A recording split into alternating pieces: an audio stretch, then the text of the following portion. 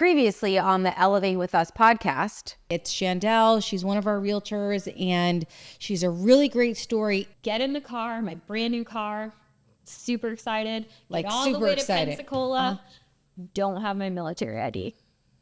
I can't get on base. I had paid her only to get a call from a buyer saying, well, I thought you were having an open house today, but I'm here and no one's here. One time, I'm probably not supposed to tell this story. I'm really excited.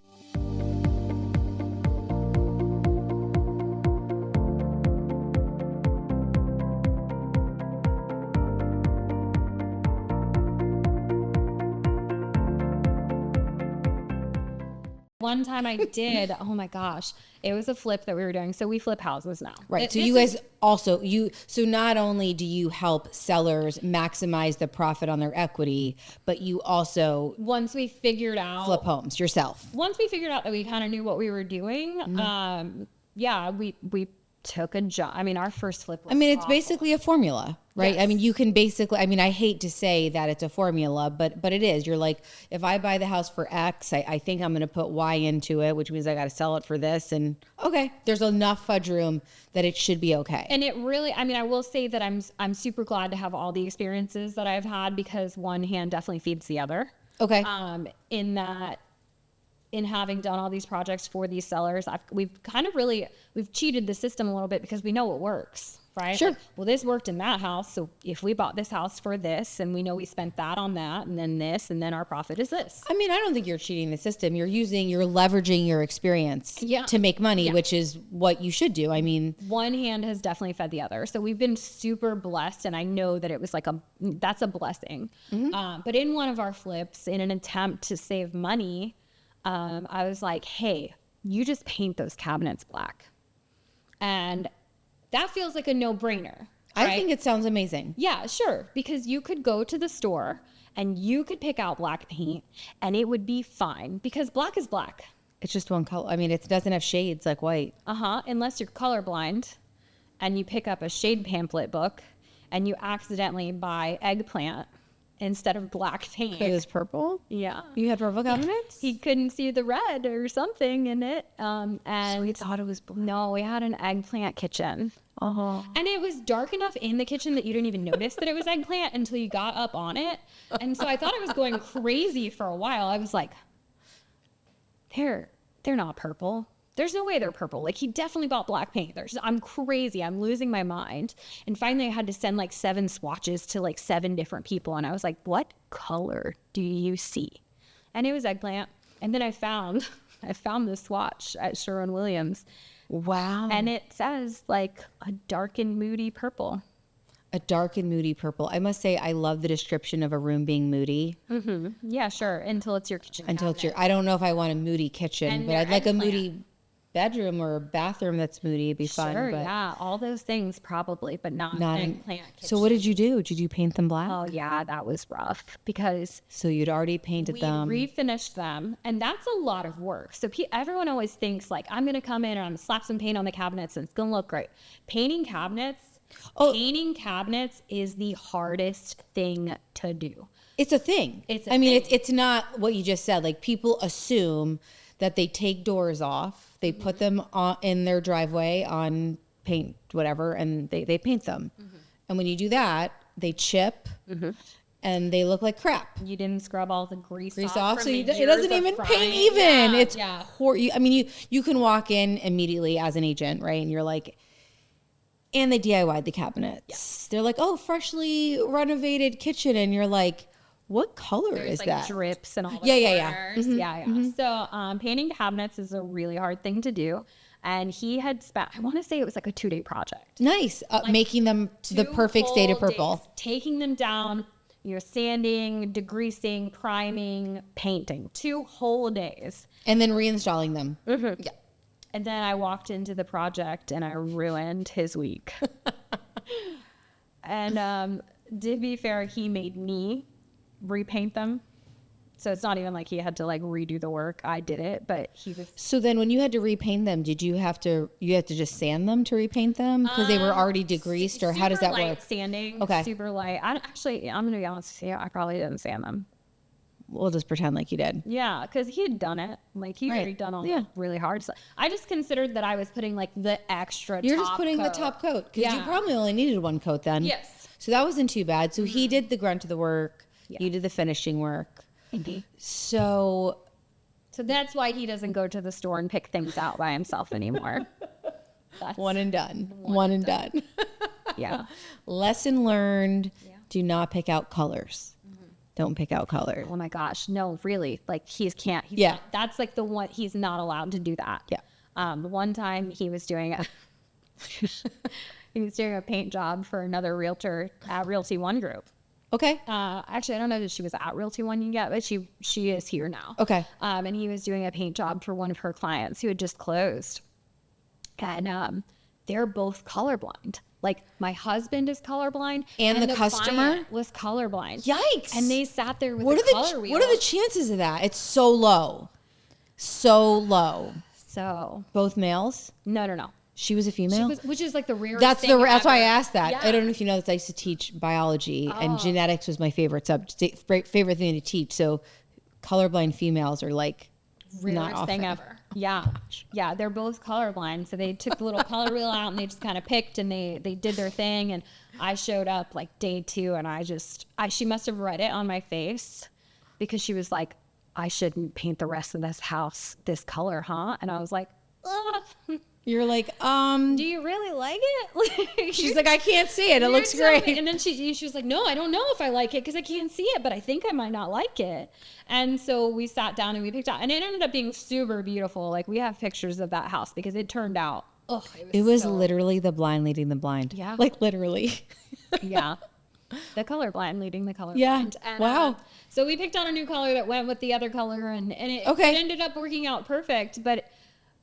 And, like you just don't, if you don't have the eye for it, you should ask someone else.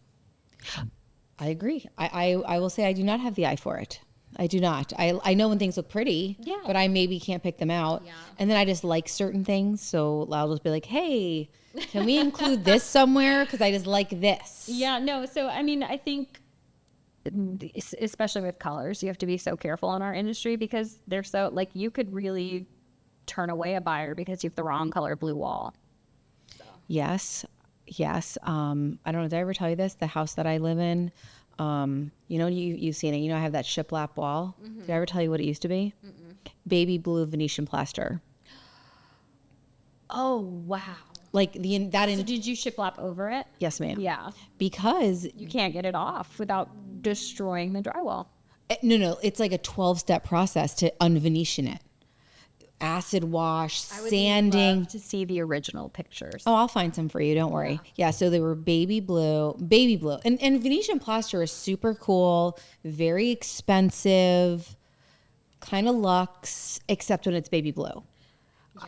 I don't know why anyone would ever do because there's nothing else in your house that has that like a vibe. So the walls were Builder 2012 tan. Mm-hmm. So that baby blue wall deemed the colors that I chose because I couldn't have anything be bold. Not that I would have, but they ended up being like they're gray with a tiny blue undertone because anything that had a green undertone looked so bad. Yeah. Yeah, it was, baby blue walls are not, and blue's my favorite color. So I like blue, but I don't like baby blue Venetian plaster. So I couldn't tolerate it anymore. So I got a contractor to put shiplap right over it. Looks really cute now. I think it looks really nice. I think it was the best thing I could have done given what I had, and people like shiplap. Love shiplap. Yeah. People love shiplap. Yeah. People really love shiplap. So what is it like working with your spouse? Amazing. Oh my gosh. I know that everybody wants me to say. No, I wanted you to say it was amazing. People say that all the time. They're like, oh my God, don't you guys get sick of each other? And literally never. And I'm not just saying that because I know it's going to end up on the internet. Like, I want it on the internet. Yeah, there's probably like 3 days a month where I'm like, don't talk at all. Like I will be here, but we're not talking. But other than that, I mean, we're just really, what's really cool is we match each other's drive. Mm-hmm. Just, it's almost like competitive in nature sometimes, you know? So yeah, I mean, there's very few bad days. We usually have like a great time. That's awesome. Yeah. Because I work with my person as well, right? So, and people are like, how do you do it? And it's exactly the same. I'm like, it just works. I mean, I've never thought of it. We probably match each other's energy. Our drives are the same. What I'm bad at, he's good at it. Well, it's like I was telling you earlier, like, I don't know enough about astrology to like preach it. Oh yeah. What's his? I don't know. Oh. But I know that when you put them in the compatibility, it says you're compatible. Yeah, it says we're 99% compatible, and we are like 99%. 99% of the time. Like, he's messy. Okay. That's the 1%. Got it. And you're able to deal with that. Oh yeah, but that's okay. I mean, like, you know, I'm very type A though, so that is like our one. Sometimes I'll show up to a job site and I'm like, I'm going to come back in 25 minutes. Like, I can't. This is too much. This is too much. But it works. He's also secretly a hoarder. I'm probably not supposed to be talking about this right now. He's a hoarder. Yeah, one time he tried to bring home mercury. What do you mean? Mercury. What do you No. Exactly what I'm saying to you. like like thermometer? No. Just liquid. Where do you mercury get that? In the house with the purple cabinets. There was mercury just hanging out. So it was an old guy, I guess. I don't know the whole story. Okay. He was kind of a hoarder. I mean, there was a sailboat in that backyard. That's a fun one. We had to have a sailboat removed from the backyard of one of our houses. You know, this is the fun part about real estate is that we don't talk about. We keep things a secret about all the stuff we do, right? Yeah. So how do you get a sailboat removed from a backyard? I'm going to one-up you in telling you that the entire yard was fenced. All of the fences were owned by the neighbors. Okay, awesome. So you couldn't take the fences down. And when I say the entire yard is fenced, I mean the front yard was fenced. The front yard was fenced? I mean, we don't have that much. It's in Old Orange Park. Okay, so got it. Ew. The front yard was fenced. The backyard was fenced. There was like a county easement behind it, but like a true ditch. So it's not like you could get equipment back there. Okay, got it. Okay. So wait, was it like a broken down, like dilapidated? I mean, I don't know. I feel like we probably could have fiberglassed it and put it in the water if we wanted to, but I knew it was a whole sailboat, Tanya. It was huge. It's not like it was like broken or like half of it was over here. No, it was an entire. Was it the entire backyard? Like across? I'll show you a picture later. This is amazing. It was intact. An entire sailboat took up like so much of the back. It was a big backyard, but still, here's the funner part is at the time that we purchased the property, the backyard was so overgrown that we didn't know that we bought it. So I was going to like get out of my head. I was going to be like, did you own the house and how did you not know it was there? Or like, did the seller not tell you or the buyer, whoever you're working with? No, it was one of those amazing wholesale deals. So it was a jungle. Mm-hmm. And in the jungle, you could kind of see like the, God, I don't even know what those things are called, but the thing that the mast, I guess. Mast. I don't know anything about both. Sounds good to me. Sticking up a little bit, but I just thought like, oh, that's junk, nothing. You thought it was like a pole. Had the backyard cleared out and its entire sailboat completely intact. And so I think we ended up like paying somebody to come in with chainsaws. And cut it up? A whole day of like people and chainsaws. Wow. Cutting it up and removing it from the backyard. That's nuts. Yeah. That's absolutely crazy. Yeah, it's a fun, I guess that's the other thing is like every situation is so different. We don't have time to settle into like monotony of it. No, because every deal is different. You learn from every deal, whether it's your deal that you're, you're buying to flip, whether you're partnering with a realtor on it, whether you're using it for one of your sellers. Every deal is different. Every situation is different. Every story is different. You learn every single time. It doesn't matter how long you've been doing it. Mm-hmm. That's incredible. A sailboat. That's probably one of the crazier ones. Like, what else have you found? I don't think we've really found anything crazy other than mercury. The mercury that he tried to bring home. Because what were we doing with it? That's what I want to know. Oh, you still don't know. He just wanted it. No, yeah, I just threw it away. I got there and I was like, man, we're not doing that. I don't think you can throw it. I don't think you can throw it away. Okay, then I didn't throw it away. But I don't. So when millions of years ago, I did medical research and we had an illegal, I didn't know, mercury thermometer in our water bath for whatever experiments. Mm-hmm. And it fell and broke.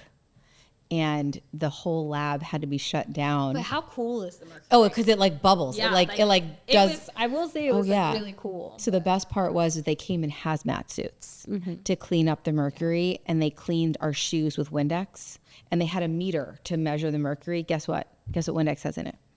Mercury. So my shoes, they were like, you have to dispose of these. It has mercury in it right now. I mean, this was in 2002. And later on, they called me like a week later. They're like, hey, I'm really sorry. Your shoes tested positive because there's mercury in Windex. And that's what they were using to clean the bottom of my shoes that they made me like bring back the next day in a bag so they could dispose of. They couldn't trust me to. Very nice shoes. No, they were just stupid lab shoes. But it was just super strange that later they realized that they were cleaning it with a mercury product, and it probably wasn't on my shoes, and I could have just kept my dumb sneakers but yeah, it is fun. It like balls up like all over and kind of rolls around. Like I had a good minute of like, ooh, and then I was like, wait a minute, this is a toxic heavy metal. Like I should probably, but I didn't throw it away. No, you disposed of it correctly. Yeah, so that's the other, like that is the other quirky thing is like occasionally he'll just bring like the weirdest stuff home from job sites, and I'm like, oh, okay. But no deal is the same. Like one time, goodness, my favorite story ever, like one of my favorite flip stories is I had a property under contract. I brought the buyer, and the morning of closing, we did the walkthrough. And to be fair, it was awful in there. Like once the furniture is out, you can really kind of grasp the full extent of how somebody was living. Sure. So we walked in and we immediately are covered in fleas. Fleas. The smell is horrendous. Like I guess because the furniture all wet, the smell was just like permeating in the walls and like baking in there. It smelled very much of cat, you know what? Which is such a specific smell, and it burns your eyeballs. But overall, like it was dirty, and it definitely needed some, but she knew that. Yeah. So, and she was walking in with like 30K in equity. Like I had negotiated that way down. Okay. She would have walked in with like quite a bit of equity anyway, and we were set up to then go in and renovate it for her. Right. We walked in the morning of closing, and she was like, no. What? Oh man, this is a fun one. So this was an out-of-town buyer. Okay. She was in Miami. This is like right after COVID, like post-COVID, when it was still really normal to do a lot on video. And so she was an out-of-town buyer. She was coming in from Miami. Our budget was super, super tight because there was like some DTI issues and stuff. And we knew we wanted single family. We didn't want to do condo, blah, blah, blah. So there was some settling that happened. And part of that deal, even when I negotiated it, it was, hey, I'm going to get you the house at this price. I'll get your closing costs paid. Then you take that closing cost money and we put in new floors and we paint. And voila, you have a beautiful home. Right. That was the plan. Okay. I walked that property on video no less than 5 times. Okay. Initially, I had shown her like the floors, and I was like, hey, you're a little bougie like me. Are you sure that you're okay with this? And she's like, yeah, you've got Kyle. Like Kyle will definitely make it my dream home. I'm not worried about that. 5 times. The morning of closing, she's also afraid of water, like driving over water. Like bridges? And she's moving to Jacksonville? So there's like a million bridges. She drives up from Miami. She lands in Mandarin. Is trying to get from Mandarin to Orange Park. So keep in mind, I live in Clay County. I mostly service Clay County. So she's trying to get to Orange Park. And you can't get to Orange Park without crossing a bridge. And so I leave Clay County, where the closing is also. I leave Clay County. I went and picked her up in Mandarin, drove her back to the property, went through the walkthrough, didn't tell me. This is in the walkthrough. She didn't say, I'm not going to buy this house. Okay. So we do the final walkthrough. Closing's in like an hour and a half, 2 hours. And she's like, okay, no big deal. Thanks for bringing me. Can you bring me back to my car? I want to, I don't know, grab lunch. Grab a cup of coffee, whatever. Something. And I was like, okay, yeah, definitely. Because the closing's in Orange Park. Oh, okay. So now you're going from Orange Park to Mandarin Yeah. So left Clay County, picked her up in Mandarin, brought her back to Orange Park, brought her back to Mandarin. I'm heading back to Orange Park for my closing. With her. But not with her, but it's her closing. And I guess that should have been the first red flag. Like, hindsight's 2020, but like, you couldn't drive across this bridge to do the final walkthrough, but you're going to drive across it to come to the close. That should have been the first. You're going to conquer red your flag. fear. But you know, like that had truly never happened. I hear those stories all the time. You hear the horror stories about like, oh, you know, made it all the way to closing, didn't close. That had never happened to me up until that point. One time. It's happened to me one time. Man, that was a wild ride. So she just never showed up, or she called you? Yeah, she called me. I was like getting off on 17. Oh, you weren't at the table and it happened. No. But I was on my way to the table. Yeah. I'm not saying it's any better. I'm trying to visualize. Yeah. Yikes. You know, when people talk about real estate being easy, because what you just described to me is you probably put in a solid 30 to 40 hours on that, right? And that's like just a rough. And this is after 30 to 40 hours on that house. Right, just for that. And not to mention the like 17 other properties. And so you never got paid. You were never compensated for that time. Never. So I tell people all the time, I'm a volunteer until it closes. So sure. And then you take all that other stuff out, right? We're talking about 30 to 40 man hours between like contract, all the blah, blah. I was a therapist. Oh, of course you were. I was a chauffeur. I had designer, my you own were roller liaison ride of all the things. Yeah. And that was the first deal I've ever had that just didn't close for not. I've had deals where the financing fell apart, or you know, I've had things fall apart. Never the day of closing, and never because my buyer just decided they didn't like it anymore. I was going to say, so what was like, did you ever talk to her again? Like, how did it end? She called me and told me, she said, that house is in unacceptable condition. I will not take it. And I was like, I will fight that's my job. I will fight for your binder because you're still my client. Right. But I have to be able to fight. You know, I have to have an argument to stand on. I'm still bound by the legal duties of the contract. Sure. And I mean, Tanya, she had wired funds for closing already. Oh gosh, so she really hated the house when she got to it.